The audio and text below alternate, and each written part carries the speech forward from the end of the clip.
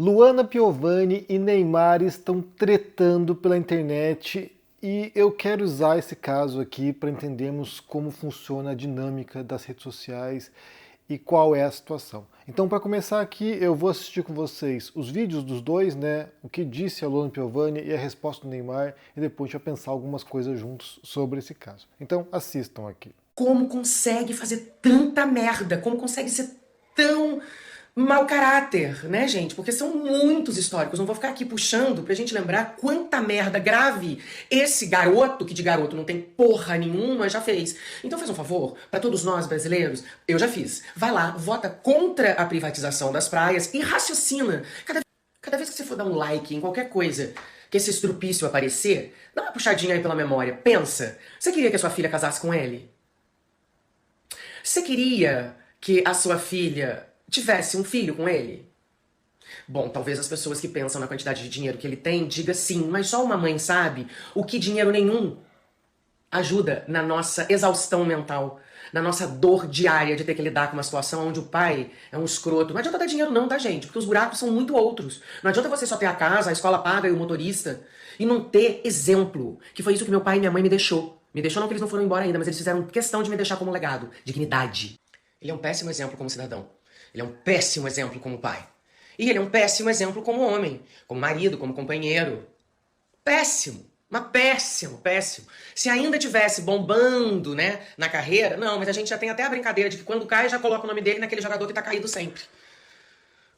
Não dá mais like não. Não dá mais like. Você que tá aí, que pensa, que raciocina, né, que é um ser pensante, não é um ser conduzido. Não é um ser considerado rebanho. Você que pensa, você que raciocina, você que consegue não ser a maioria conduzida, raciocina. Ele é o cu da cobra. Ah, é. Essa foi a postagem da Luana Piovani de ontem, e daí o Neymar, na sequência, já respondeu e disse o seguinte aqui. Vamos ver juntos a resposta do Neymar à Luana Piovani. Assistam. Rapaziada, acho que abriram a porta do hospício aí, soltou uma louca aí que não solta meu nome da boca, hein? Quem trabalha no hospício aí que ela tava, por favor, vai atrás dela, que tá complicado. Acho que ela tá querendo alguma coisa comigo, não é possível. Não tira meu nome da boca. Incrível, pô. Quer ser famosa, filha? O tempo já foi, já. Porra, era uma ótima atriz, porra. Não tem nada pra falar de você, mas agora, ó, tem que enfiar um sapato na tua boca porque você só fala merda. Outra coisa que eu falo do meu caráter, tu nem me conhece. Não sabe de onde eu vim, não sabe do que eu passei, não sabe do meu dia a dia, não sabe de nada. E quer falar dos meus filhos? Tô te entendendo, eu nunca falei nada dos seus filhos, sempre tratei seus filhos muito bem. Por sinal, me adora, né? Não sei porquê. Agora você não pode falar da minha criação, né? Das minhas crias. Isso você não pode falar, não.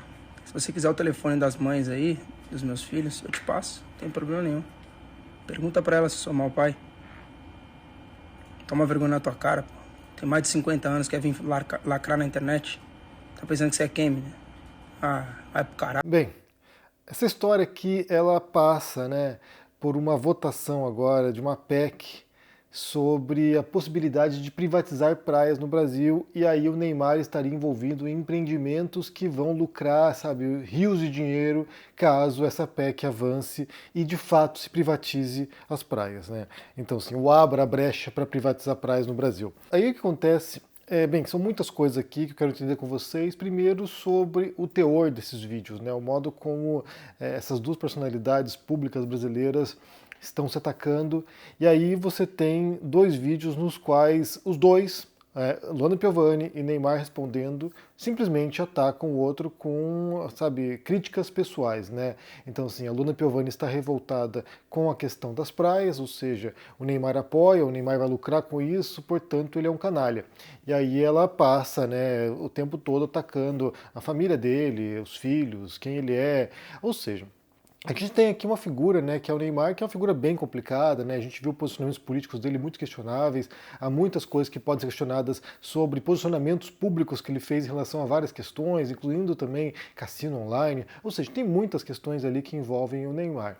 Mas a Luana Piovani também tem muitas questões que a envolvem e ela é uma espécie de uma metralhadora giratória, então assim, ela usa as redes sociais basicamente para reclamar, basicamente como esse megafone para criticar ex-marido, para criticar todo mundo que você possa imaginar, né? Nesse caso agora o alvo é o Neymar. Um ponto importante aqui é que talvez a crítica feita pela Luana Piovani em vários momentos seja totalmente válida, seja pertinente, seja, sabe, algo importante a ser mencionado, mas o modo como ela usa as redes sociais me parece extremamente corrosivo. É o tipo de personalidade que usa as redes sociais como faz também Antônia Fontinelli, por exemplo, e outras figuras públicas, que é um modo de ficar o tempo todo atacando as pessoas. É curioso pensar, né, que anos atrás teve um vídeo dela que viralizou no qual ela criticava justamente essa posição. Tem que o tempo todo ficar se posicionando, o tempo todo ficar aí, sabe, lacrando na internet, o tempo todo ficar, sabe, falando de pautas importantes e ela só queria mostrar o corpo, ela só queria mostrar ela na praia bonita com óculos de sol. Cara, me dava um trabalho ser cidadã no Brasil. Eu queria postar a foto dos meus filhos, eu tinha que postar o negócio da Amazônia, eu tinha que postar os golfinhos, era o Tubarão, era o Leonardo DiCaprio, era o 342, era a Paula Lavigne dentro do nosso grupo falando não sei o quê, daí tem que ir pra Brasília, daí não sei o que mais, e daí vamos não sei o que do gay, vamos na manifestação a favor do GLS, ter o VXZ e não sei o que. Eu falo, meu Deus do céu, mas dá muito trabalho! Meu Deus do céu! Não tô conseguindo postar eu bonita de biquíni! Tem 4 coisas políticas para fazer, tem 5 pessoas me pedindo coisas absolutamente importantes e relevantes, eu preciso... Então, nesse momento da vida dela, ela está contradizendo aquilo que um dia foi o ideal dela, né? De parar de ficar tretando na internet, de parar de ficar, sabe, militando na internet para poder viver a vida dela e ser feliz. Eu não sei se a Luana Piovani é feliz hoje, mas não parece que seja o caso. Me parece uma pessoa que também tem suas questões aí a serem resolvidas e fica usando a internet para extravasar e jogar aí, sabe, cobras e lagartos contra seus desafetos. Já o Neymar é o Neymar, né? Então o Neymar é essa figura que, como eu falei, adotou muitas posições complicadíssimas ao longo dos últimos anos e que tem muitos pontos a ser criticados também. O fato de serem críticas legítimas não significa que o modo como elas estão sendo feitas é condizente ou apropriado para uma personalidade pública. E aí a gente entra, talvez que seja o ponto central desse vídeo aqui, que é na dinâmica das redes sociais, o modo como essas interações, esse tipo de atuações, né, esse tipo de performance que é feita nas redes sociais, mostra como a própria estrutura das redes sociais potencializa esse tipo de treta. Então a gente está num mundo agora que você tem lá a economia da atenção, né? Todos nós queremos aparecer de um modo ou de outro, todos nós queremos aqui, sabe, a nossa nesguinha de visibilidade, e isso também envolve dinheiro, né? Então, assim, você tem audiência, você ganha dinheiro. Então, assim, todo mundo disputando audiência, todo mundo disputando atenção. E aí, quanto mais você eleva o tom, mais as pessoas que querem ver esse tipo de coisa, que querem ver a treta, ficam engajadas, e isso vai alimentando essa máquina perpétua de tretas que são as redes sociais. Então, a gente está vivendo agora numa sociedade, num mundo, que é pautada pelas tretas que ocorrem nas redes sociais. Aqui vale lembrar, né, mais uma vez, é um livro que eu já falei muitas vezes, inclusive eu preciso reler porque faz tempo que eu li, eu acho que vai refrescar muitas ideias, que é o livro de Jaron Lanier, 10 argumentos para você deletar agora suas redes sociais, que fala justamente sobre isso, como essas redes sociais, elas são máquinas de estímulo e amplificação de brigas na internet. E aí a gente pode nos indagar até que ponto que esse tipo de postura, esse tipo de atitude é benéfica, contribui para alguma coisa. Porque, por exemplo, aqui a questão do Neymar, né? Então, assim, Neymar é um empresário que se beneficiaria da privatização das praias no Brasil. Então, assim, ele vai lá, é acionista, não sei, de uma empresa aí, uma construtora, e aí ele poderia ganhar muito dinheiro com isso. Há uma possibilidade de você criticar a ideia da PEC, né? A PEC, ou seja, sabe, sensato, é razoável, é prudente, sabe, faz sentido defender a privatização de praias no Brasil? Isso é benéfico para a população? Isso é benéfico para o brasileiro? E aí a gente pode pensar em casos no mundo inteiro, né? Poderia ser uma perspectiva para analisar a situação. A Luana Piovani vivendo na Europa, não sei se em Portugal existe praia privada, mas tem muitas praias privadas aqui na Europa. Isso é uma boa ideia? Como funciona isso? Como isso é na prática? Até que ponto isso contribui para a economia local ou prejudica? Poderia ser nesse âmbito o debate. Só que daí quando você faz isso, né, você é o chotão, você é o enfadonho, né? Pô, que cara chato, que cara mala. Ah, fazendo um textão aqui sobre privatização de praia. Ninguém quer ouvir isso. Ninguém quer ouvir um textão aí, ouvir um cara falando 15 minutos aqui sobre a ideia por trás da privatização e como isso seria prejudicial ou não para a população. Então, sim, eu já fui em praias privadas, né, e sempre achei uma ideia péssima, sempre achei uma ideia horrorosa. Eu fui na Croácia, por exemplo, tinha um local lá que era perto de um hotel, que era uma praia que para você, sabe, ter uma cadeira para você sentar lá custava 100 euros. Então, assim, é ridículo. Daí tinha uma franja de praia que era uns 4 metros que você podia ficar de graça ali. E daí ficavam as pessoas aglomeradas nos 4 metros de praia. Então, assim, isso é ridículo. Mas como debater isso de maneira sensata e que possa beneficiar a percepção das pessoas, para que as pessoas possam ouvir os argumentos e, a partir disso, extrair conclusões que ajudem essas pessoas a refletir sobre uma situação específica.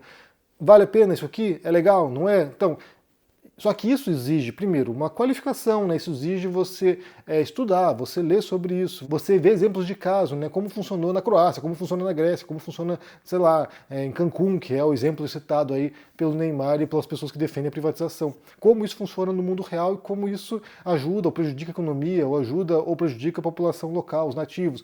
Então, assim, é um debate que tem que ser feito com base em pesquisa, em teoria, muitas vezes, né? Tem que ser com base em casos concretos, para a gente entender a situação. E isso exige esforço. Por outro lado, você vir para a internet para difamar pessoas, para xingar as pessoas, para, sabe, fazer ataques pessoais, isso não exige nenhum esforço. Isso basta que você esteja puto, nervoso na frente da câmera, gritando, balançando os braços, e aí é claro que isso chama atenção. Muito mais atenção, engaja muito mais do que uma reflexão sobre um tema. E isso qualquer pessoa que cria conteúdo na internet já percebeu, já sabe disso. Inclusive pessoas que faziam conteúdos que eram conteúdos reflexivos, conteúdos, sabe, conceituais, e que gradualmente foram mudando para grito, para xingamento, para apelidinho. Então, assim, a gente percebe essa dinâmica, né?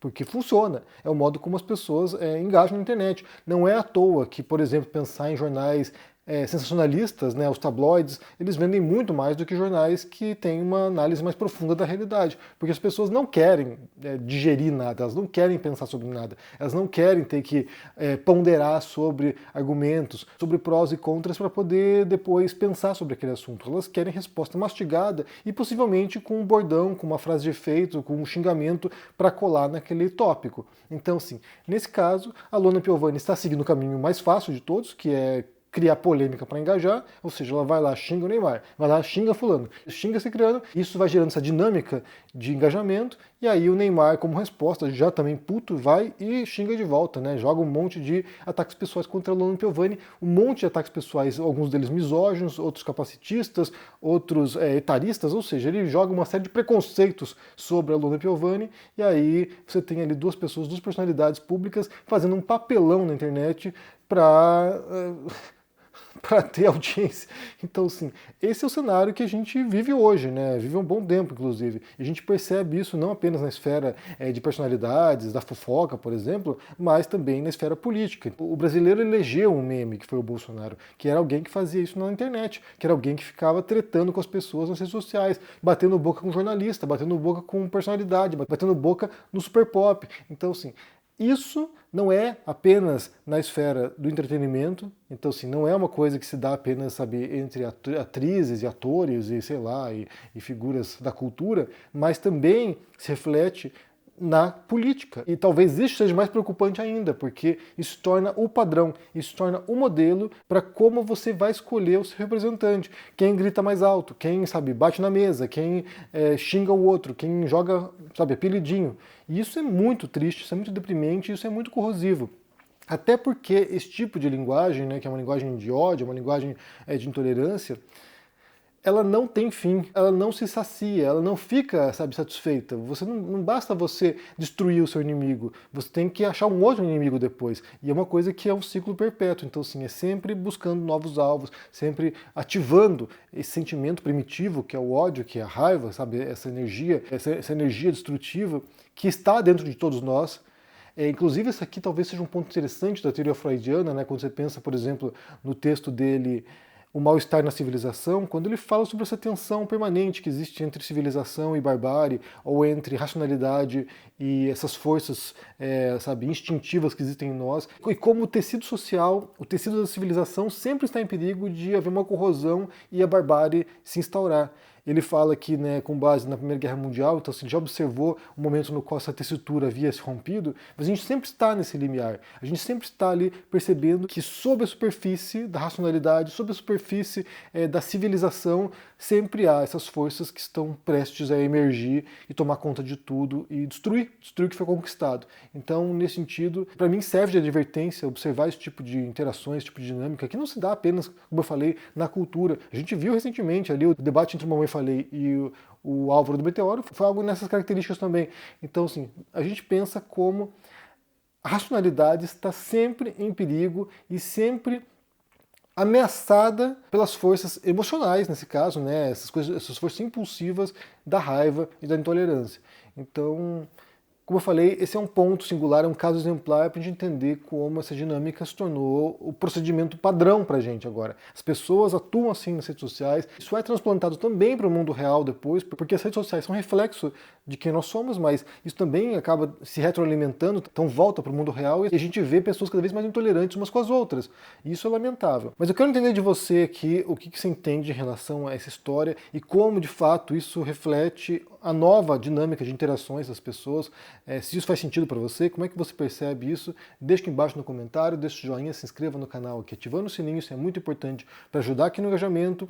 Se torne um membro do canal para dar uma força. E só lembrando também que sobre essa questão das interações, tem um capítulo só sobre isso no meu livro chamado Como Vencer no Debate Tendo Razão, que explica como funciona essa dinâmica dessas discussões, dessas tretas que se dão nas redes sociais e como tentar evitar cair nesse tipo de armadilha. Link na descrição desse vídeo aqui, se cuide por aí, um forte abraço e até mais. Tchau!